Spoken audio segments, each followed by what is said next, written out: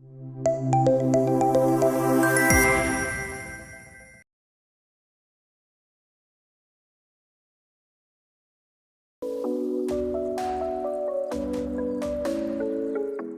hello friends. We have a very dynamic personality with us, Mr. Sudhir Kukreja ji. He is the co-founder of Credence group of schools. We welcome you in today's event. Thank you so much, Chandan. Always a pleasure being with ArdorComm.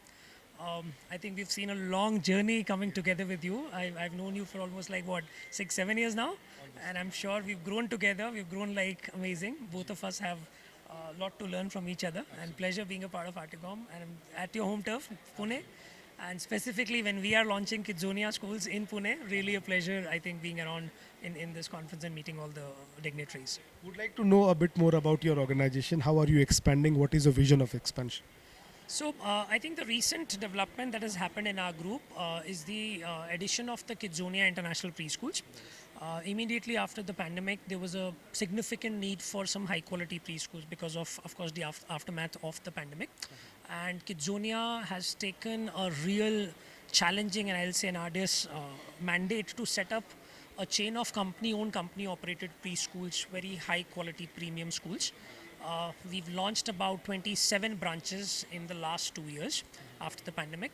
All these branches are located across Mumbai, Hyderabad, and we are now launching 10 branches in Pune as well. So another 1 month, 2 months, you'll start seeing the presence of Kidzonia in Pune. We already have a very strong presence in Navi Mumbai, Hyderabad, where we are operating 12, 13 branches each, catering to almost 5,000 plus children. Along with it, we've started 2 Credence international schools in Hyderabad, and we are now expanding with 2 more campuses in the coming year. They're already ready, on the verge of being launched and announced, everything. So that's been our journey. I think pandemic has been a blessing in disguise, opened up the market for preschools, a lot of demand from the parents for some high quality stuff, and that is what we identified as the market gap, and maybe our group was well placed to take care of it, and that is what we're trying to offer. So as we now know that due to NEP now preschool is also coming under a formal structure. How is this going to help your growing organization? See, I think NEP is actually a blessing for us. Why is it a blessing for us? Because if you look at the history of India, for last 60, 70 years, we've never had education in a space or early child education in a space where it had a formal structure, where it had a kind of a controller or a just like you have a CBSE or NCRT or Government of India intervention. So this was the first time where NEP is actually going to govern the working and functioning of a preschool. There are going to be guidelines just the way you have for a high school and CBSE affiliation guidelines, etc. There are going to be guidelines and certain rules to be followed when they are working in schools. Now in preschools. Now when this entire thing gets rolled out, let's understand there are 2 kind of preschools in the industry: people who are doing the best in the industry and the people who are not doing the best in the industry. People who are taking care of the needs of the children, people who are absolutely thoughtful and careful about what is it that a child's developmental needs are and what needs to be done. So if you come to a Kidzonia preschool today, right from the child's safety to his developmental needs to his psychological, emotional development, each of the aspect is very finely taken care of. I mean, and this is something which we've been working on. I wouldn't say maybe after NEP has come in. This is a part of our Credence International Schools right from our inception days in 2012. And today I think what we've done is we've taken that same standard to a preschool level.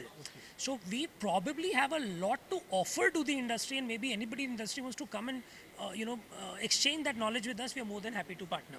So when the NEP gets rolled out, I think we'll be the best placed people in the industry to kind of show the way around that, okay, this is what and how it needs to be done. We've done our own bit of research with a lot of industry veterans, people who are a part of our core team, our corporate design team, the curriculum design, the interiors, and everything that's done. There's a lot of thought that has gone into designing and creating, and that is the reason the idea of company owned, company operated. Because the moment you start franchising, it gets diluted because you can't pass on that same thing to 1,000 partners. It takes donkey's years to do that entire education and philosophy transfer. So for us, it is very important, and that is the reason we are concentrated in Bombay, Pune, and Hyderabad as of now. We will definitely expand to different cities, but of course, it's going to take time, and then you need to sweat it out over a period of time, and that's what we intend to do. So you named the brand name Kidzonia. Yes. So how did you formulate this word or the meaning of this word? So, if you will, kind of break it down into 3 pieces or something, it's a kid zone. and India. So this is what we combined it together. It's a kids zone to have their own life, have their own fun, have their own journey of learning and fun. It's more of an experiential world for a child. So it is way away from the theoretical aspect of it, or where you're doing some rote learning or making the children write and stuff like that. Uh, it's about giving a child experiences while in his early years of development. We've heard of those developmental theories and then multiple intelligences, but if you take a look of the best of the brand in the industry today, while we talk about it a lot, when it comes to the floor of the ground, how many intelligences are we talking about? In these conferences we were talking about multiple intelligences and those kind of things. How many preschools have a television in every class? How many teachers are trained on how to handle the audiovisual and make the children learn from the audiovisuals?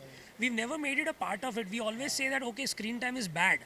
It's bad when you do it beyond a limit. If I'm offering 15 minutes of a screen time to every child after, doing rhymes theoretically and writing, an audiovisual thing is adding to him. And there are best of the brains in the world who've said this. It is great to learn from audiovisuals. Why are we depriving the children of it? Just because there is a cost involved? So we have to come over those inhibitions and say that, all right, it's an important part of the process. We need to know and we need to learn how do we structure that, integrate that in a way that it becomes productive, it becomes, kind of support system for a child. It becomes an enjoyment for a child that, all right, I'm learning it. You look at your children, our family, any child in this world, children would love to watch cartoons. Yes, I've really come across a child who doesn't watch cartoons. Can I create a curriculum which is weaved inside the cartoon stories? There are so many moral stories which are now animated and now converted, and they are happy to watch it. You look at an animated version of Ramayana and Mahabharata, children are happy to do it, but you give them a Ramanand Sagar Mahabharata, they will probably not sit and watch it. Isn't that a solution for me to look at? So you have to think of those alternate ways, and that is what Kidzonia has come into the picture, where we're saying that we need to create those long-lasting, enjoyable, experiential learning processes for the children, whether it is audiovisual, whether it is technology, whether it is AI, whether it is hands-on Montessori equipment. Let's do that. That is what is the thought process with which Kidzonia is established. Great to know that. I'm happy to share, Sudhirji, that we have recently completed our 2 years and we are celebrating our second anniversary of ArdorComm Media. Any message would you like to give to ArdorComm? So I think I'd like to give a message to the ArdorComm TV media team, because they have a great leader in Chandan. Somebody I've really admired the way you've grown, so I must give you that credit. Because I was talking to somebody yesterday that being a great employee is a very good thing. Excelling in your job is a very good thing. But today we are in a world where India is showing the way how to become the entrepreneurship capital of the world, how to build a great startup ecosystem. So when one employee of an organization breaks out of a organization and starts a new organization, that creates employment for another 100. That creates employment for another 1,000, maybe a million. You have examples in Flipkart, you have examples in Zomato, and you have examples in Chandan. So obviously that one person breaking out and showing that courage to start on his own is a great step in itself. And I think the team which is supporting and backing up this entire setup, kudos to the team, kudos to the leader, and I'm wishing you all the best. I'm sure this is a proud second year for you, but there are 20 more to come and a great journey which I'm sure we will witness with you around. Thank you so much for this great opportunity, and look forward to more such events. Great thought, a very nice message. Thank you so much, Sudhirji, for being a part of this. Thanks, Chandan. Thank you so much. All the best. Thank you so much, team, for having us. Look forward to more interactions with ArdorComm. All the best.